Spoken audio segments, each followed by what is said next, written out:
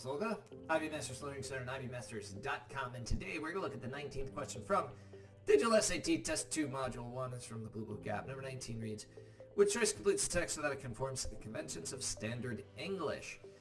And whenever it asks that question, you want to skim the answer choices. When I look at the answer choices, I see a semicolon. Now, ordinarily for a semicolon, what you've got to look for is if there's an independent clause before and after. But if you notice, answer choice A has two semicolons in it.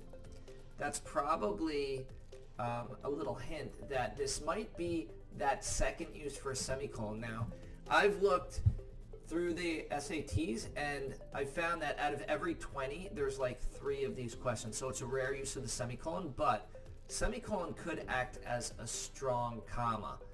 So for example, I might say Charlie Brown has the following teachers this year: Martin Luther King Jr., comma, U.S. History, semicolon, Maya Angelou, comma, English, semicolon, Albert Einstein, comma, physics, semicolon, and Brahmagupta, comma, algebra 2, period. So, if you can imagine that sentence, I know we don't have it written down, but we have this example written down. We're going to look at this example. You can't just say teacher, comma, subject, comma, teacher, comma, subject, comma, because then it would be confusing. You'd have a teacher in between two subjects. You're not sure which subject that teacher's teaching. You'd have a subject between two teachers. You don't know which teacher's teaching that subject. So instead what we do is we use a softer break, a comma, between the teacher and the subject that the teacher is teaching.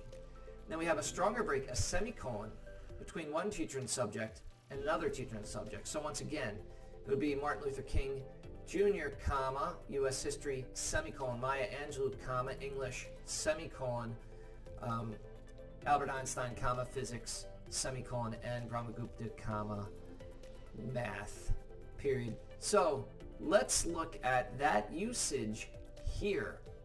Joshua Hinson, Director of Language Revitalization Program in Chickasaw Nation in Oklahoma, helped produce the world's first Indigenous-language instruction app, comma, and what we get is, number 1 is Chickasaw Basic in 2009. It looks like the answer is probably going to be C. Semicolon, and then an online network television, comma, Chickasaw TV in 2010. So here is the second item in the list.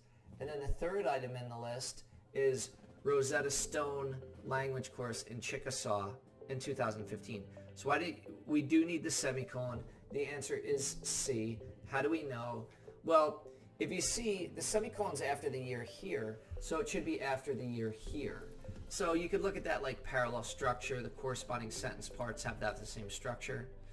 But also, the reason we need the semicolon at all is because we have a comma showing a soft break within each item in the list. So we've got Chickasaw Basic, comma, in 2009, semicolon, an online television network, comma, Chickasaw TV, comma, in 2010. So that whole part's the second part of the list. And then the third part, Rosetta Stone language in Chickasaw in 2015. Thank you for joining us today. If you like this video, click like. You can share it with someone who has difficulty with this more difficult use of the semicolon. Is there any question you'd like to see answered from any official PSAT or SAT or ACT? Leave that in the comments. I'd be happy to shoot a video on it. Click subscribe so you don't miss anything. Check out that 1-minute video on TikTok. Have a great day.